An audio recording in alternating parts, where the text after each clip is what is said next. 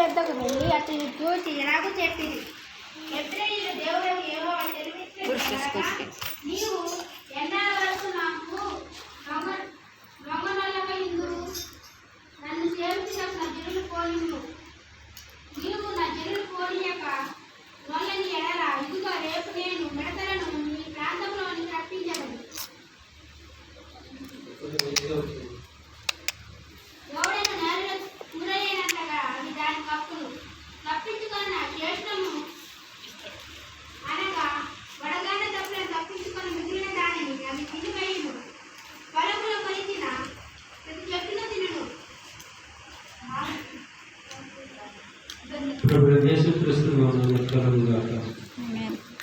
దేవాదేవుడు నీ జీవితంలో నా జీవితంలో ఒక ఫలం అనే ఒక ముళ్ళుని పెట్టి కదా ఏం చేస్తానంటే ఆ ముళ్ళు పెట్టి శోధిస్తున్నాడు. ఏం శోధిస్తున్నాడు? ఇక్కడ మాట్లాడాడు ఒకసారి చదువున్నాను. కాబట్టి మోషే ఆరోను ఫరో యొద్దకు వెళ్ళి అతన్ని చూసి ఇలాగూ చెప్పాడు, ఎబ్రీయుల దేవునికి యెహోవా సెలవిచ్చినదేమనగా, నువ్వు ఎన్నాళ్ళ వరకు నాకు లొంగనవైన ఉండువు, నన్ను సేవించను, నా జనులను పోను. ఏమన్నట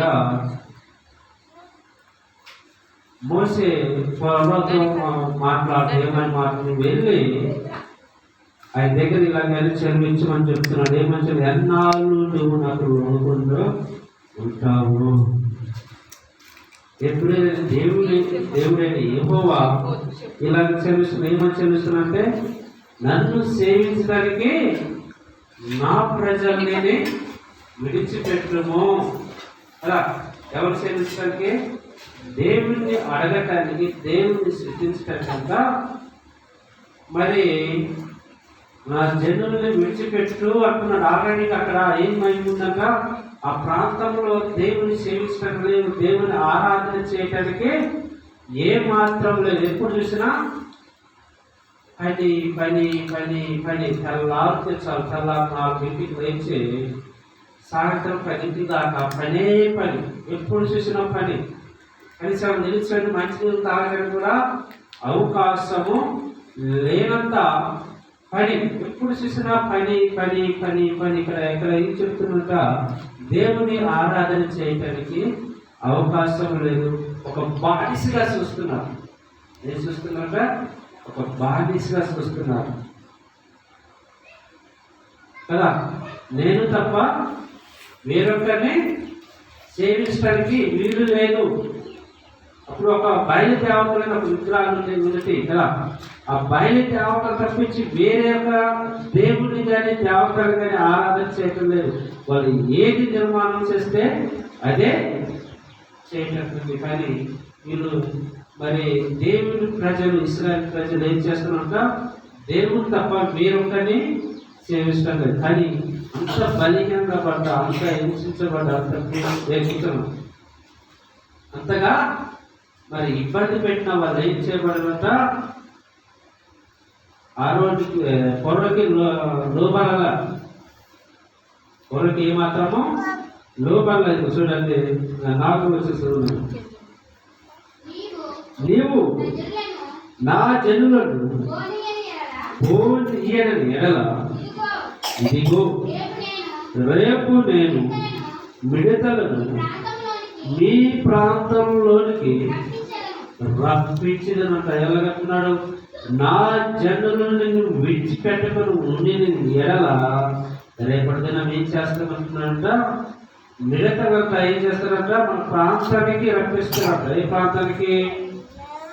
ఆత్మీయ అనే ప్రాంతానికి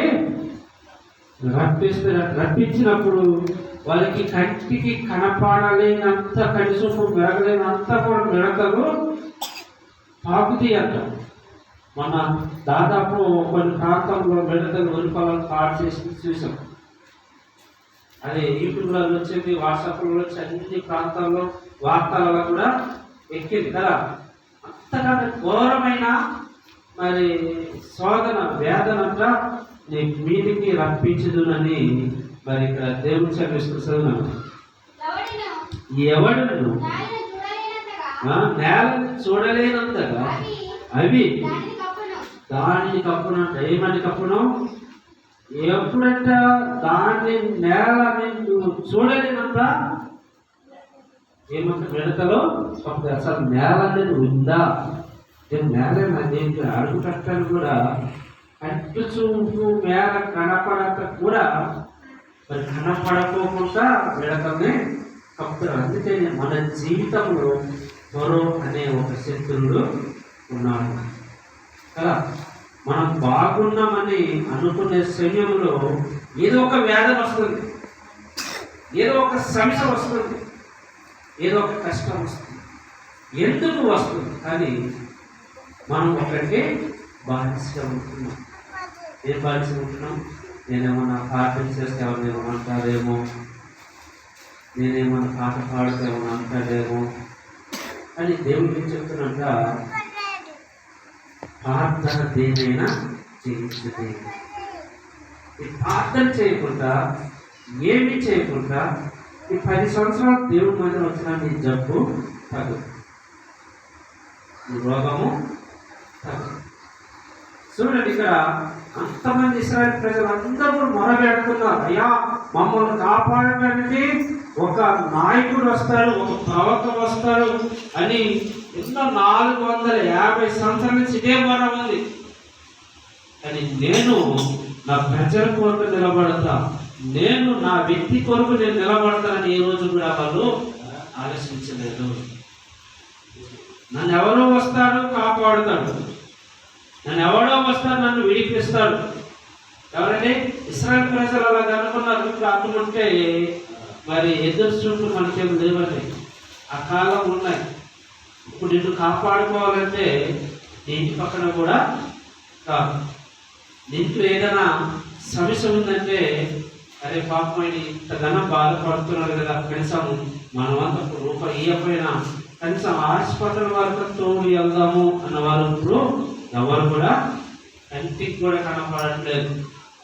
మనము కావచ్చు, మన రక్త సంబంధులు కావచ్చు, ఇంకా బంధుమిత్రులు కావచ్చు, కాచులు ఎవరైనా కావచ్చు, కానీ అటువంటి దాఖలు ఇప్పుడైతే లేవు. ఆనాడు వాళ్ళకు ఉన్నాయి. దేవుడు మమ్మల్ని కాపాడటానికి మంచి ఒక ప్రవర్తన పంపిస్తాడు, మంచి జ్ఞానవంతుడు పంపిస్తాడు, మా కొరకు యుద్ధం చేయడానికి ఒక రాజును పంపిస్తాడు అని ఆనాడు వాళ్ళకి ఎదురు చూపులు ఉన్నాయి. అటువంటి దాఖలు వాళ్ళకు ఉన్నాయి. కానీ వాళ్ళు ఏం ఆలోచించారంట, ఎవరో వచ్చి నన్ను కాపాడేదాకా నేను ఎందుకు ఎదురు చూడాలి? నేను దేవుడు అడిగితే నాకు ఈ విడుదల నాకు ఇయ్యడా, ఈ బానిస బతుకు నుంచి నాకు ఇయ్యడని ఆనాడు ఎదురు చూడలేదు. మోసే వచ్చేదాకా ఎవరికి తెలియదు, మోసే నడిపించేదాకా ఎవరికి తెలియదు. వస్తాడు, విడిపిస్తాడు, మమ్మల్ని నడిపిస్తాడు, మమ్మల్ని మార్గంలో నిలబెడతారనే ఎదురు చూపే ఉంది. కానీ మనం ఎవరో ఎదురు చూపి ఏమంటారంటే, నేను ఎవరి కాలంలో ఎంతసేపు ఎప్పుడు అదే చేస్తామండి, నేను ఎవరి కాలంలో నేను మరి నేను ముందుకు నడకపోతే నన్ను ఎవరిగా మరి ఏమైపోతానండి. ఇప్పుడు ఎంజాయ్ చేసిన తర్వాత ఎంత వయసులో వచ్చిన కాదు, వృద్ధాపం దగ్గరకు వచ్చిన తర్వాత నేను అప్పుడు మార్పు పొందుతాను అనే వాళ్ళు చాలా మంది ఉన్నారు.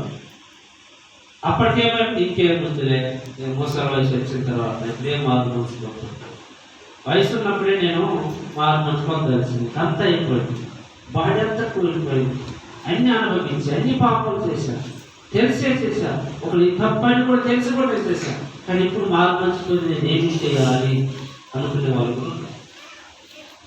కానీ ఆనాడు అది లేదు. ఏది లేదంటే ఖచ్చితంగా ఒక మనిషి వస్తాడు, నన్ను విడిపిస్తాడు. అందుకే ఇక్కడ చెప్తున్న 9వ వచనం, తప్పించుకున్న చేసే వెనుక వడగాలు దెబ్బను తప్పించుకొని మిగిలిన దాన్ని అవి తిండి వేయినంత నీ తప్పి వాటిని విడతల నుంచి నీ తప్పించుకున్నా కానీ వడగాళ్ళు రాళ్ళని నీ మీదకి రప్పించుకును, మిగిలిన వాళ్ళని ఏం చేస్తారు, మిమ్మల్ని తిండి వేయను అని చేస్తున్నట్ట ఫరోతో హెచ్చరిస్తున్నాడు. ఎవరు? ఆరోన్ వెళ్ళి ఫరో దగ్గర హెచ్చరిస్తున్న మోసే మాట్లాడలేదు. మోసే ఇలాగని చెప్పని ఫరోకి చెప్పాడు. ఎవరంటే మోసకి వెనక ఉన్న ఒక మంచిగా నడిపించి ఒక నాయకుడి దగ్గర సంఘంలో మరి ఆరోన్ అనే నాయకులు లేగాలి, మంచి బాటలో నడిపించే సేవకుల మాట విని దారి పక్కన చెప్పే ఒక మరి నాయకులు లేగాలి. ఆనాడు మోసకి తోడున్నట్టు ఈనాడు కూడా సేవకులలో కూడా ఎవరు ఉండాలి? అటువంటి మనసు కలిగిన నాయకులు లేగాలి. లేచినప్పుడు ఏం జరుగుతుంది? నా వంతు నేను సేవకుడికి ఏమీ సాయం చేయగలను, నా వంతు నేను మందిరానికి మరి ఏమి చేయగలను, నా వంతు నేను దేవుడి పట్ల ఎంతవరకు నేను చేయగలను అని మనం లేగాలి. అన్నాడు మరో ఆరోను ఆలోచించినట్టు ఇశ్రాయేలు ప్రజలందరూ ఆలోచించినట్టయితే మరి త్వరలోనే విడుదల అవుతుందేమో కదా. మన జీవితంలో చూడండి, ఏమై అనుకుంటున్నామంటే పాస్టర్ దగ్గరికి వెళ్ళి ప్రార్థన చేపిస్తే కానీ నాకు ఈ రోగం తగ్గదేమో అనుకునే ప్రోగ్రామ్ మనం ఉన్నాం. అది కాదు, సేవకుడు ఈ వాక్యం చెప్తూ నాకు చెప్పాడు, నేను ఏమి చేయాలి, నాకు ఈ బలహీనత ఉంది, నాకు ఈ వేదన ఉంది, నేను ఏమి చేస్తే నేను దేవుడిగా ఆయన ప్రార్థన చేస్తే కంపల్సరీ తగ్గుతాను కదా. నేను ఇప్పుడు ఆయన దేవుడి పేరు నేను కూర్చుంటున్నాను, నా బతుకు దేవుడు మారుస్తాడేమో ఆయన కూడా మనం ఎదురు చూడాలి. ప్రభువు యేసుక్రీస్తు నామమున కలుగుగాక. ఏం చేయాలంట? మనం ప్రార్థన చేయాలి. ఆ పేరు పాస్టర్ ఫోన్ కలవదు, సిగ్నల్ ఉండలేకపోతే చెల్లె చిచ్చా పైకి వచ్చాము, మరి నీకున్న సమస్య ఎలా తగ్గుతుంది? సేవకుడికి ఏమైతుందండి? ఫోన్ కలవదు. దగ్గరలో ఒక దగ్గరున్న వెళ్ళి వేయించడానికి మంచిగా ఎండలు రావచ్చు, కేతలు రావచ్చు, కనీసం మీకేంటే బండి కూడా చర్చ దగ్గర తీసుకెళ్లే వాళ్ళు కూడా లేకపోవచ్చు. అప్పుడు నీ పరిస్థితి ఏంటి? నా సేవకుడే ప్రార్థన చేయాలి, నా రోగం పోవాలంటే నీకు ఎక్కువైపోతుంది. అప్పుడు ఇశ్రాయేలు ప్రజలు ఏం చేశారంటే, మా కోసం ఒక నాయకుడు దేవుడు నిర్మాణం చేసిన ఆయన వచ్చేదాకా ఇక్కడ బానిసగానే మేము ఉంటాం, ఎంతకన్నా హింసించినా ఎంతకన్నా దూషించినా నేను ఇక్కడే ఉంటాను, ఆయన వచ్చే నన్ను విడిపిస్తారని ఆ రోజు వాళ్ళు ఎదురు చూసే కంటేనే 450 సంవత్సరాల వరకు బానిసగా ఉన్నారు. మరి నీవు కూడా అదే బానిసగా ఉంటావా? నీ వద్దు ఏం చేయాలి? ప్రార్థన చేయాలి. ఫోన్ కలిస్తే ఓకే, ఫోన్ కలగకపోతే ఒక చర్చి దగ్గరకు వచ్చే ఓపుకుంటే ఓకే, ఒకవేళ రాని చేతిలో ఉంటే నీ జీవితం అయిపోయిపోతుంది. పతనం అవుతుందా లేదా? నీ జీవితం నాశనం అవుతుందా లేదా? 108కి మన ఫోన్ కలగకపోతే మన దగ్గర ఉన్న హాస్పిటల్కి వెళ్ళాలవుతా? ఎలా?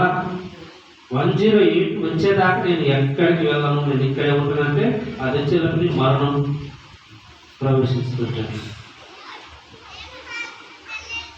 ఈ లోక పరిధిలో 108 గవర్నమెంట్ మరి వెహికల్ అయితే, ఆత్మీయతలో సేవకుడు దేవుని భయవాడు.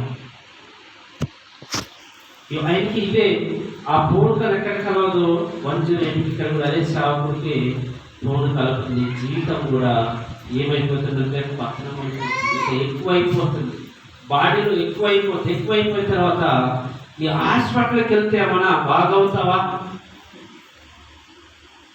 కొంతమంది ఒక 10 నిమిషాల ముందు లేక ఒక అర్ధ గంటకి ముందు తీసుకొస్తే నేను బతికిస్తున్నామని డాక్టర్ సర్టిఫికెట్ ఇస్తున్నాను కదా.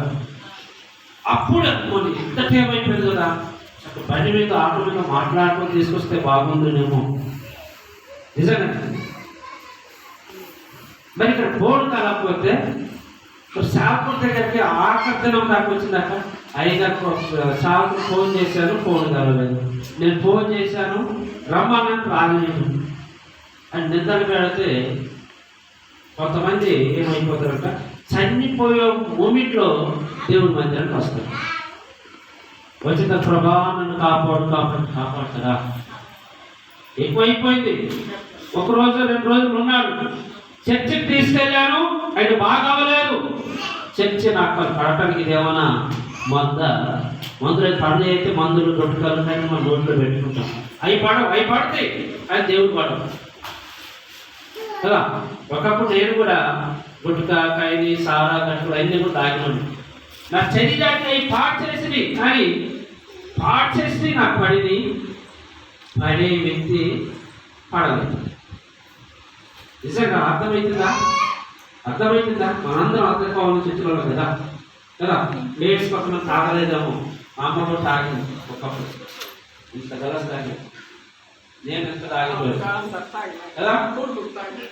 ఇక్కడ ఇంత ముగ్గురు తాగలేదాము. లేడీస్ కూడా తాగుతారు, మామూలు కాదు. పిల్లలకి నేను తాగలేదు, నాకేం అయితే మనం వ్యర్థమైన మనకేం చేయబోతున్నాం అంటే మన శరీరం తెచ్చుకుంటున్నాము. మనని బాగు చేసి వాటిని దూరంగా ఏం పెడుతున్నాము? దూరంగా పెడుతున్నాం. మన బతుకును మార్చితే మనము దూరం పెడుతున్నాం. మన బతుకుని పాడు చేసి మన శరీరంలోకి మన దగ్గర తీసుకొస్తున్నాం. ఏదైతే మనకి పాడు చేస్తుందో అది మన దగ్గర తీసుకొస్తున్నాము. ఏదైతే మనకి బాగు చేస్తుందో దాన్ని దూరం పెడుతున్నాం. చాలా మంది కూడా ప్రజలు అలాగే ఉన్నారు. చాలా మంది సంఘాల్లో నేను వెళ్తూ ఉంటాను, వాక్యం ప్రకటిస్తూ ఉంటాను, సాక్ష్యం చెప్తాను. కానీ ఆ సంఘంలో కూడా వెళ్ళినప్పుడు కొంతమంది ప్రజలు ఏం చేస్తారంటే, ఒక ప్రాంతానికి వెళ్ళాను, ఆయన పుణ్యం చేశాడు, ఆయన చెప్తారు, ఆయన మాట ధోరణి అసలైనా అంటే కాదయ్యా నువ్వు నాకు చెప్పొద్దు, నేను చెప్పింది విను, ఇది అయితే అంటున్నాడు. మంచి వ్యక్తి. కానీ ఆయన మరి అయ్యా ఏంటయ్యా ఏం చేద్దాం అయ్యా చెప్పిన వాళ్ళు వింటారు కదా. ఏంటయ్యా సరేలేవా తాగితే తాగింది కొద్దిగా శాపం అంటే తాగుతుంది. తాగి శాపం ఇప్పుడు వాక్యంలో విసుకు చెప్తాం. అయ్యగారు నాకు ఓటుతో అవుతుంది, దాని చెప్తాం గొడవ. అలాగే ఒకసారి ఇలాగే దాని గురించి చెప్తున్నారు. చెప్పిన ఇట్లా తాగుతుందంటే అయ్యగారు చాలా ప్రేమ అయిపోయింది, ఇంకా కొందరు ముగించావా? ఆయన చెప్తే ఈయన ముగించావా? ఎవరు చెప్తే? విశ్వాస చెప్తే శాపుడు వాక్యం ముగించాలా? కలవదా? ఎవరు చెప్తే ముగించాలి? దేవుడు ఆత్మ అడవాలి. వచ్చినప్పుడు అది ముగించబడుతుంది. అయ్యగారు టైం అయిపోతుంది, 12 దగ్గర వచ్చిందంట. టైం అయిపోతుంది అయ్యగారు, మరి ముగించాలా? ఆయన దీని గురించి చెప్తున్నారు. అయితే అంతకుముందు ఈ తాగిన 2 నిమిషాలు చూశారు, చూసి ఇలాగా జరుగుతుంది. ఇంకొక శాపుడు ఎలాగని ఏం చేస్తాను చెప్తున్నారు కూడా చదువుతారు.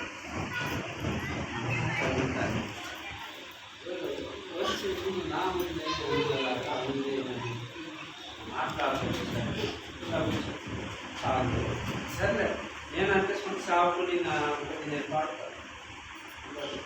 నీ వచ్చిన సంగతి తెలుసు కదా. వేరొక షాపులో చెప్పారు జ్ఞానం కూడా మా విశ్వాసం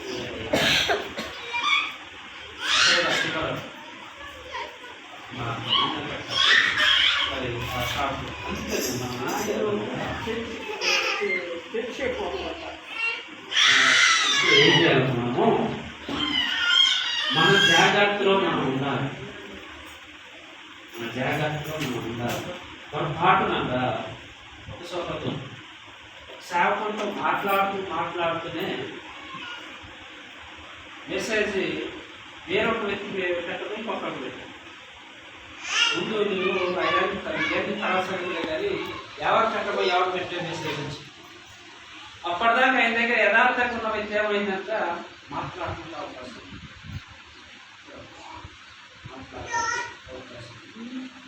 మనం ఎవరిని ఉద్దేశించాలి, ఎవరిని వాక్యం మన వాక్యం గురించి మనం చెప్తున్నాం. వాక్యం ఎవరిని నేను చెప్పి మన జీవితం ఏం చేయాలి, ఆనాడు ఇశ్రాయేల్ ప్రజలు ఎవరి కోసం ఎదురు చూశారమ్మా? మోసే ప్రవక్త కొరకు ఎదురు చూశారు. ఇప్పుడు ప్రజలు మనం ఎవరి కోసం ఎదురు చూస్తామయ్యా? సేవకుల కొరకు ఎదురు చూస్తున్నాం. సేవకుల కొరకు కాదు, ఎవరి కొరకు ఎదురు చూడాలంటే నువ్వు ఎదురు చూడాల్సిన పరిస్థితి దేవుడి కొరకు నువ్వు ఎదురు చూడాలి. నా జీవితంలో దేవుడు ఏ ప్రణాళిక కలిగి ఉన్నాడో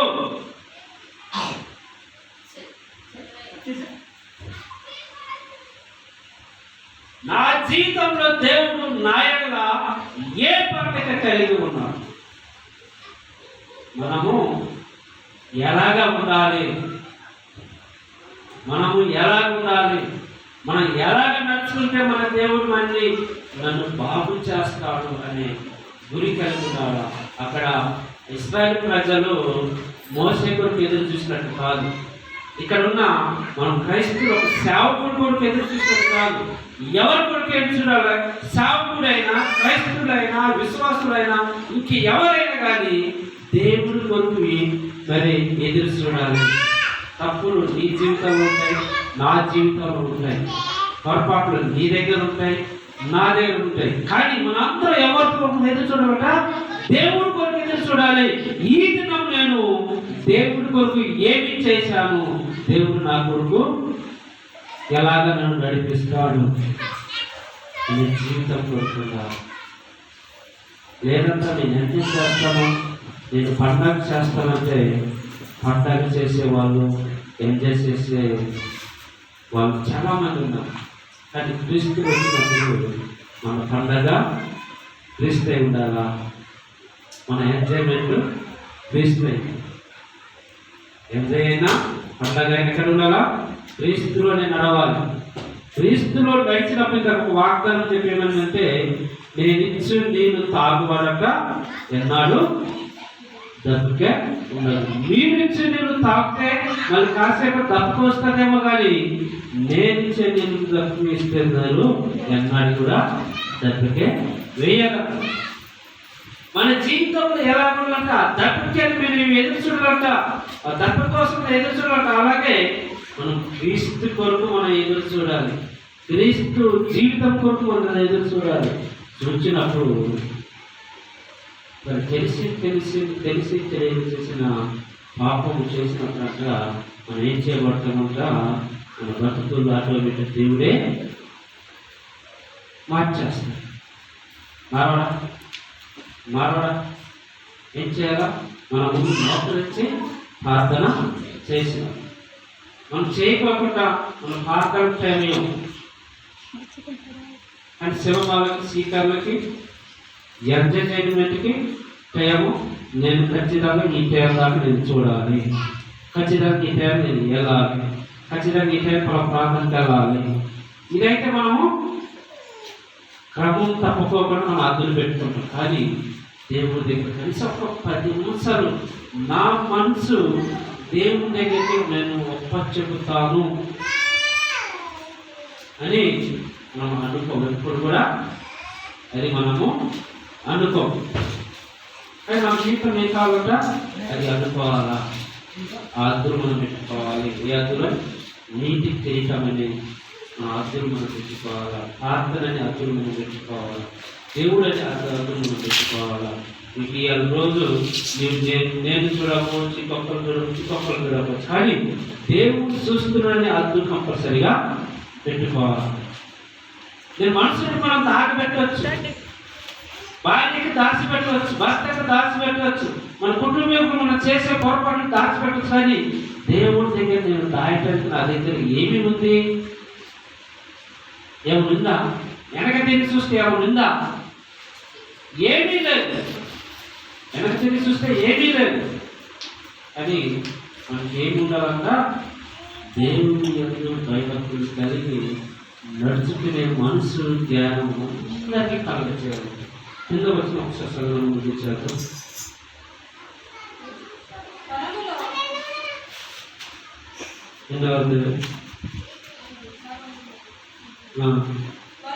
పొలంలో మొలిచిన ప్రతి చెట్టును తిను, మరియు అవి ఇంట్లలోను ఇళ్ళలోను సేవకులందరికీ మీ సేవకులందరి మీ సేవకులందరినీ ఇళ్ళలోను ఇళ్ళలోను భక్తులందరికీ ఐగుప్తులు అందరినీ ఇళ్ళలోను నిండిపోవును నిండి పోవును. పోవునా నీ పుత్రులుగాను నీ పితరులు కాదు నీ పితరులుగాను ఈ దేశములు నిండిన ఈ దేశము నుండి నాటి నుండి ఆ, నేటి నేటి వరకు వరకు వాటిని అట్టి వాటిని చూడలేదని చూడలేదని చెప్పి చెప్పి ఫరో మొదటి నుండి ఫరో మొదటి నుండి బయలు వెళ్ళెను. ఏంటంట పొలంలో చెట్లు అన్నింటినీ వేస్తాయంట.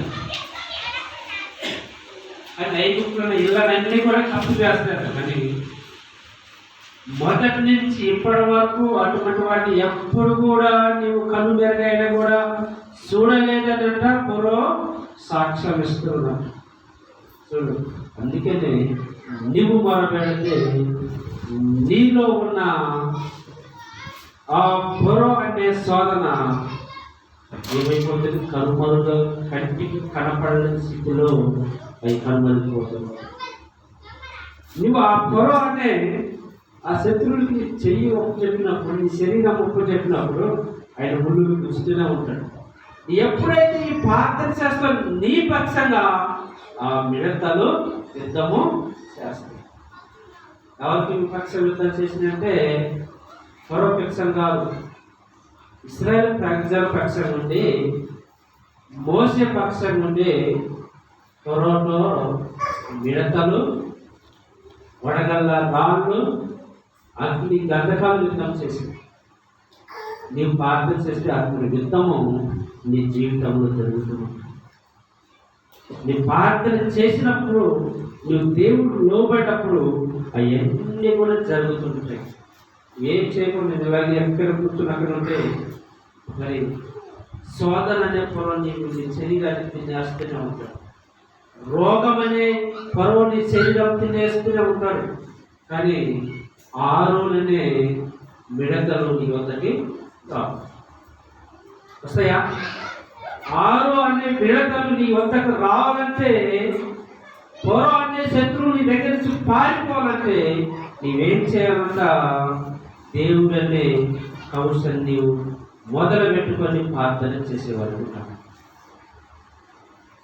నిజంగా అర్థమవుతుందండి? అర్థమవుతుందా? ఏం చేయాలా? దేవుడనే చెప్పాలి. దేవుడనే ప్రార్థన మనం మొదలు పెట్టాలి. పొరం అనే శత్రువులు పారిపోవాలంటే, ఆరోననే అభిషేకం నీలో రావాలంటే ఏం చేయాలంటే దేవుడు ఉన్నాడనే ప్రార్థన మొదలు పెట్టాలి. అప్పుడు ఏం చేస్తారంట? ఆరోననే మిడతలు వచ్చి పొరాన్ని శోధని తమ్మగలరు. నిజంగా నేను అబద్ధం చెప్తున్నానా? నిజం చెప్తున్నాను. వాక్యంతో రాసి కాలేదు. మనం మిడతలు వచ్చినాయి అంటే నిజంగా ఆ కాలం మిడతలు వచ్చినాయి, ఇవి వచ్చినాయి, ఇలా జరిగిందంత అలా జరిగిందని కష్టం ఉంటే మనకి ఏమవుతుందంట? నిజంగా జరిగినాయ. నా దగ్గర మిడతలు లేవు, నా దగ్గర పొలం లేదు, ఉన్నది రోగం అనే పొలం నీ దగ్గర ఉన్నది. నిజంగా అబద్ధమండి. మన దగ్గర ఒక వ్యాధి ఉన్నది ఏమంట? ఆనాడు పొలం ఏం చేశాడంట? ఇశ్రాయేలు ప్రజలందరూ కూడా హింసించే వ్యక్తి. కానీ మన శరీరం అనే ఒక రోగం ఉంది, అది కూడా పొలం అంటే ఒక శోధన. ఆ శోధన పోవాలంటే ఏం చేయాలి? మనము ఆరునని మిడతలు మన దగ్గర కావాలి. ఎక్కడ? ఆరునని మిడతలు ఎక్కడ రావాలి? త్వరో అనే స్వాదపూడి దగ్గర రావాలి. వచ్చినప్పుడు అవి తొలగించబడుతుంది. ఆ రోగం అనే శోధనలు విడిపించబడుతుంది. అప్పుడు నీ బతుకులు ఎందుకు బాగుంటుంది? అప్పుడు మన జీవితాలు ఎందుకు బాగుంటుంది? మన అటువంటి భవిష్యత్తు మనం లేక, అటువంటి స్థితి మనం లేక, ఎప్పుడు చూసినా ఈ సమస్య, ఆ సమస్య, ఇంకొక సమస్య మనం వెంటాడుతూనే ఉంటాం. కానీ దేవాది దేవుడు చూడండి, మనకి మంచిగా ఈరోజు మనకి ఏం చేశారంటే ఒక జీవిత శైలి నేర్పించారు కదా. ఇంతకుముందు మనం ఏమనుకుంటాం? మిడతలు ఆ దేశంలో మోసే ప్రార్థన చేస్తున్నట్ట ఆ మిడతలు ఎన్ని తీయాలి కదా, ఇదే మనం ఆలోచిస్తాం. కానీ మన వ్యక్తిగతంలో ఒక పూర్వం ఉన్నాడని ఈ రోజు మనం ఆలోచించమా? ఈ రోజున ఆలోచించమా? మన రోగమైన ఒక పూర్వం మనం ఉన్నాడని, శోకమైన ఒక పూర్వం మన శరీరంలో ఉన్నాడని ఈ రోజున మనం ఆలోచించమా? ఏ రోజు కూడా నువ్వు కానీ నేను కానీ నేను మీకు ప్రకటిస్తున్న వ్యక్తిని నేను కూడా కానీ ఈ రోజు కూడా అలా ఆలోచించలేదు. పరిశుద్ధాత్మ అనుభవం ద్వారా అర్థం చెప్తూ మనం నడిపిస్తున్న దేవాది దేవుడికి ఈ నుంచి మనము అందుకే నేను కృతజ్ఞత తగ్గించగలుగుతా. మనం ప్రార్థన చేసే వారి కూడా మన ఆత్మనంతా ఆయన ఆత్మతో కనుక వచనం ప్రతి ఒక్కరు గుర్తు చేస్తుంది. దేవుడు ఆత్మ కనుక ఆయన ఆరాధించే వాళ్ళ ఆత్మతో సత్యంతో ఆరాధించాలని ప్రతి మాట అక్కడ గుర్తు చేస్తుంటుంది. ఆ మాట నేను రవిదాసన్న మరి అలాగే ఇస్రాయేల్ ఆలోచించి నేను ఏమనుకున్నంటే యోహాను సువార్త మొదటి అధ్యాయం రాష్ట్రాలతో నేను అనుకున్నాను. అనుకున్న తర్వాత అన్నకు ఫోన్ చేశారు, సరిగా ఇంటి బాగుంటుందని అది రాయటం చూడండి. మత్తయి యోహాను సువార్తలో ఏముందండి? ఆది అందు వాక్యం వాక్యమే దేవుడై ఉన్నాడు. కానీ ఇక్కడ ఏముంది? దేవుడు ఆత్మ కనుక ఆయన ఆరాధించే ఆత్మతో సత్యంతో ఆరాధించాలి. ఏం చేయాలా? ఆత్మతో సత్యంతో ఆరాధించాలి. వేషధారణతో కాదు. దేవుడు వేషధారణతో ఆరాధించేయమని చెప్పట్ల, శరీరంతో ఆరాధించే పట్ల నీ ఆత్మ నాలో కలుపుకొని ఆరాధించేటువంటి అన్నీ కూడా సత్ఫలితం ఉంటాయి. ప్రార్థించారు మహాపరిశుద్ధ సర్వశక్తుడు కృష్ణ